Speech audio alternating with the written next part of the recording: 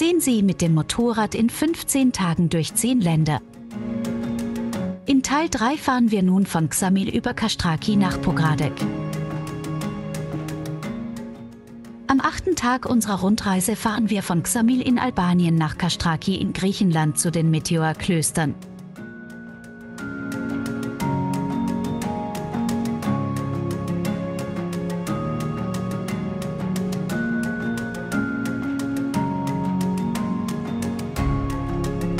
Wir starten direkt nach dem Frühstück und fahren zunächst in den Süden der Halbinsel bis zu einer Autofähre.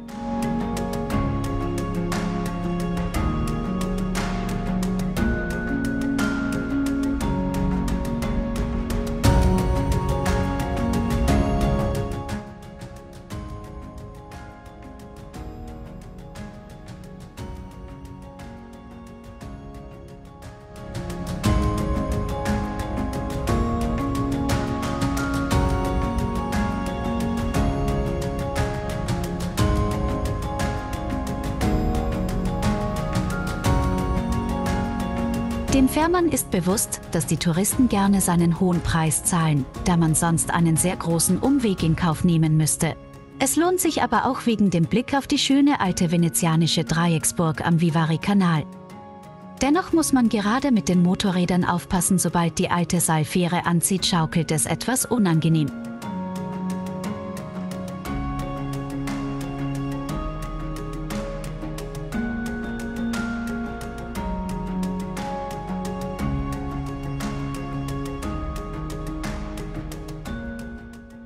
Bald haben wir die Grenze nach Griechenland erreicht.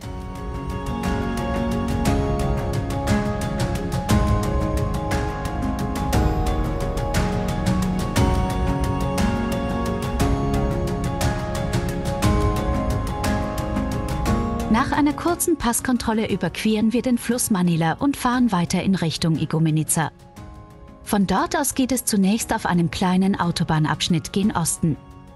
Die letzten 100 Kilometer fahren wir dann wieder auf kleinen Landstraßen bis nach Kastrati in der Nähe von Kalampaka in das heutige Hotel mit dem Namen Meteoritis.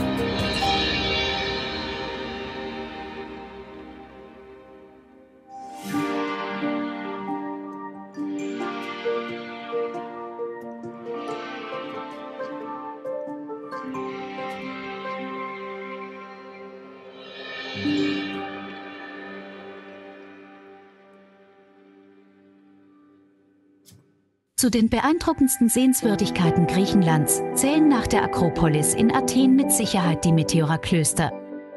Bei der Stadt Kalambaka ragen östlich vom Pindus-Gebirge mächtige Felsen aus Sandstein bis zu einer Höhe von etwa 500 Metern empor.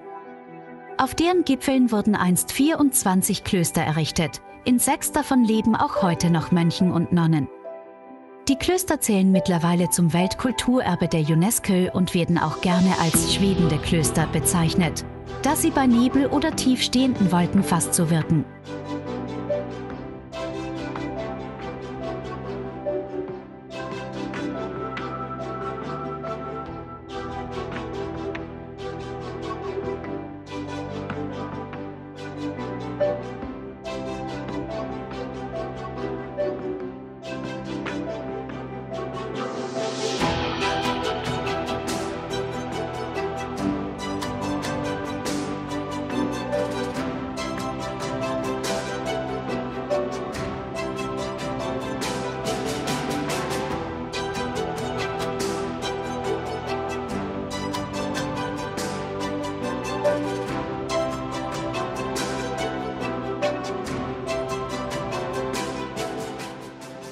Anfang der 80er Jahre entdeckten auch die Macher der James-Bond-Streifen den atemberaubenden Ort für sich. Obwohl die Mönche sich anfangs dagegen sträubten, wurde der Film in tödlicher Mission hier gedreht. Schauplatz war das Kloster Agia Triada aus dem 15. Jahrhundert, welches man auch heute noch betreten kann. Von hier oben hat man einen einmaligen Blick über die Umgebung.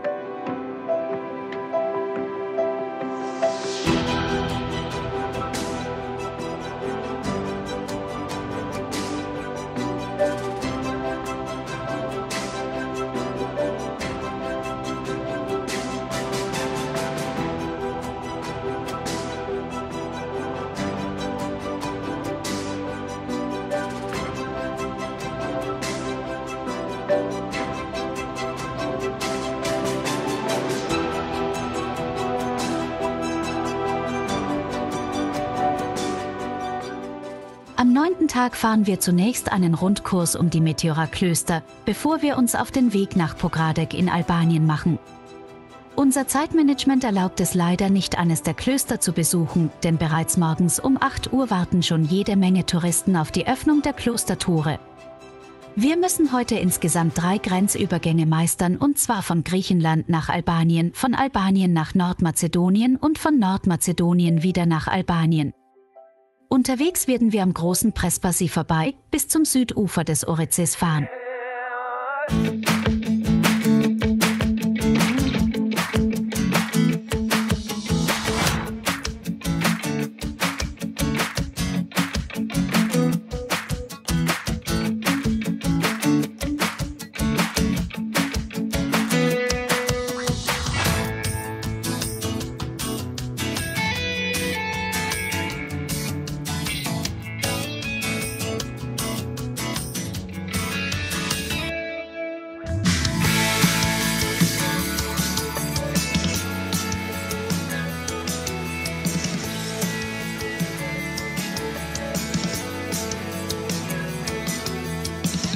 Alle Meteora-Klöster liegen an einem Rundkurs mit starken Steigungen und entsprechendem Gefälle. Die Gegend hier ist einzigartig, die Felsen aus Kompostmaterial ragen aus der Ebene empor. Die Erosion hat steile Felswände und fast unzugängliche Felstürme geschaffen. In der Mitte des 14. Jahrhunderts kam ein Eremit namens Anastasios auf die Idee, man könnte sich ja auf eine solch unwirtliche Felsspitze zurückziehen, um Gott ganz nah zu sein und ihm zu huldigen. Mit zusammengebundenen Leitern schaffte er es nach oben und stieß die Leitern weg. Von da an wurde er von mitleidigen oder bewundernden Menschen versorgt über einen Korb, den er an einem langen Strick nach unten ließ. Es ging nicht allzu lange, bis die benachbarten Felsbalkone durch Nachahmer besetzt waren. Für Interessierte, es stehen noch ein paar nicht besetzte Felsspitzen zur Verfügung.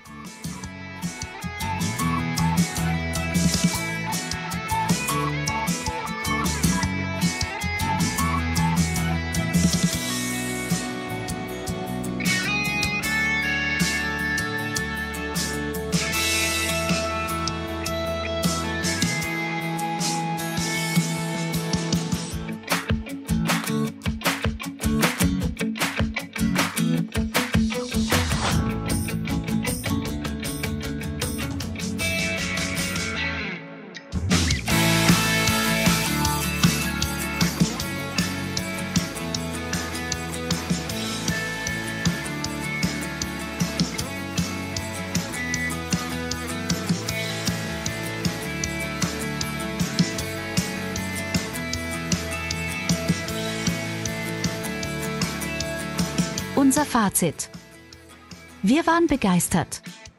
Die einzigartige Lage der Klöster und die grandiosen Landschaften sind ein Paradies für jeden Fotografen. Das nächste Mal planen wir nicht nur wenige Stunden, sondern mindestens 2 bis 3 Tage ein und werden dann auch die Klöster erwandern und besichtigen.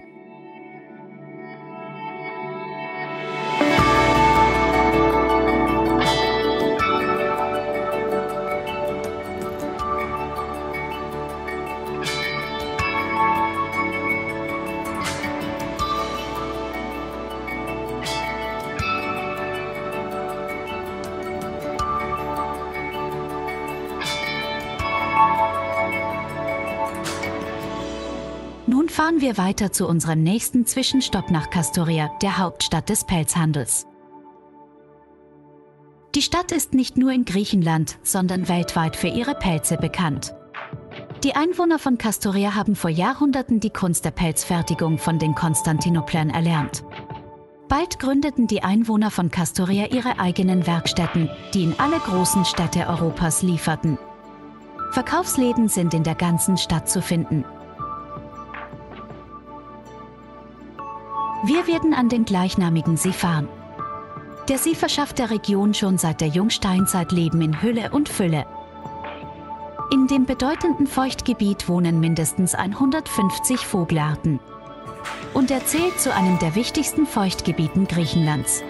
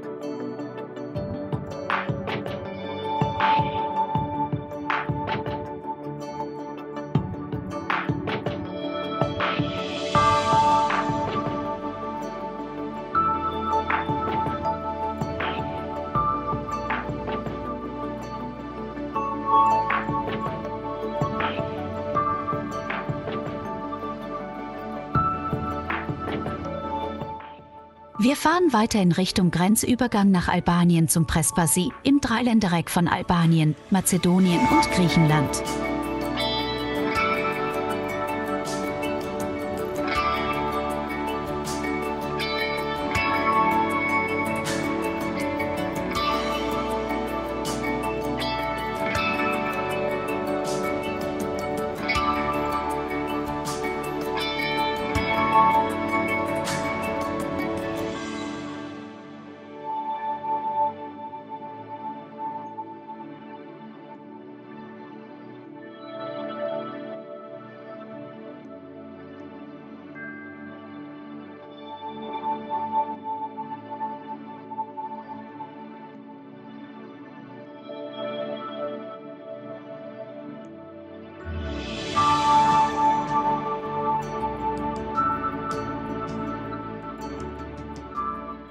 Der Prespasi ist rings von hohen Bergen umgeben.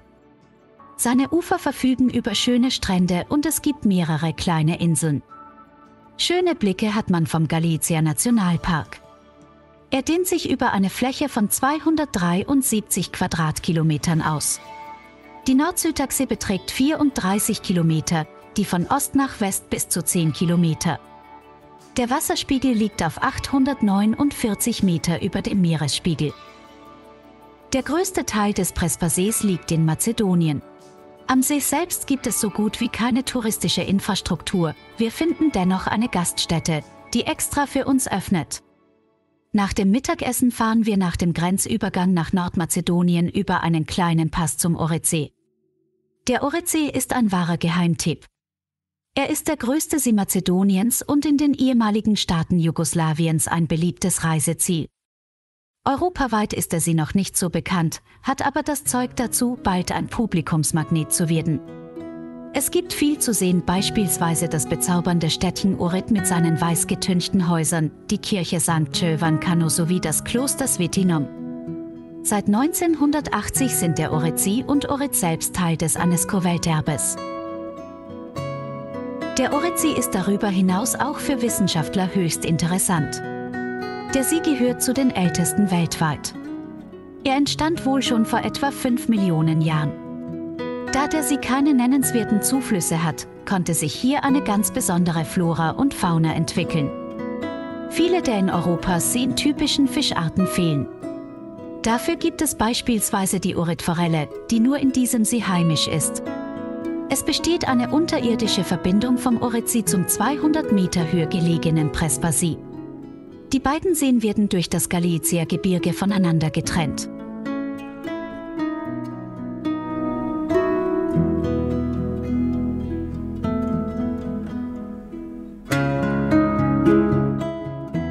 Das Kloster Svetinaum mit seiner gleichnamigen Klosterkirche zählt zu den bedeutendsten historischen Denkmälern der Region und ist eines der beliebtesten Ausflugsziele am Orizi.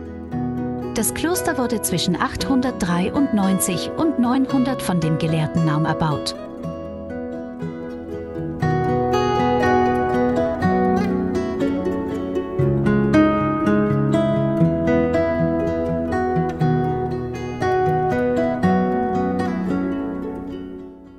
Nach einer Kaffeepause fahren wir weiter zur albanischen Grenze, die sich etwa in 30 Kilometer Entfernung befindet.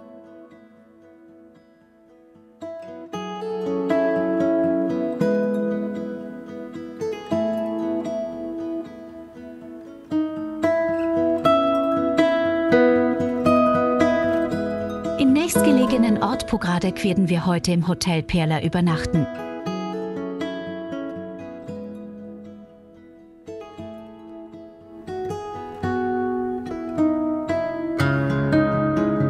Pogradec ist in Südostalbanien ein kleines Städtchen am südlichen Ende des Orizis.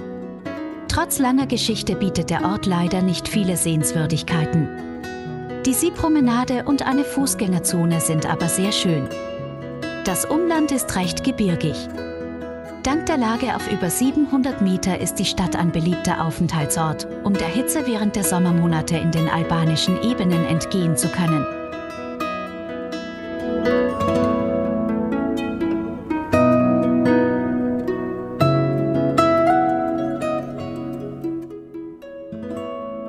Im nächsten Teil fahren wir weiter an die albanische Adriaküste, um von dort aus über den Durmitor-Nationalpark nach Mostar zu reisen.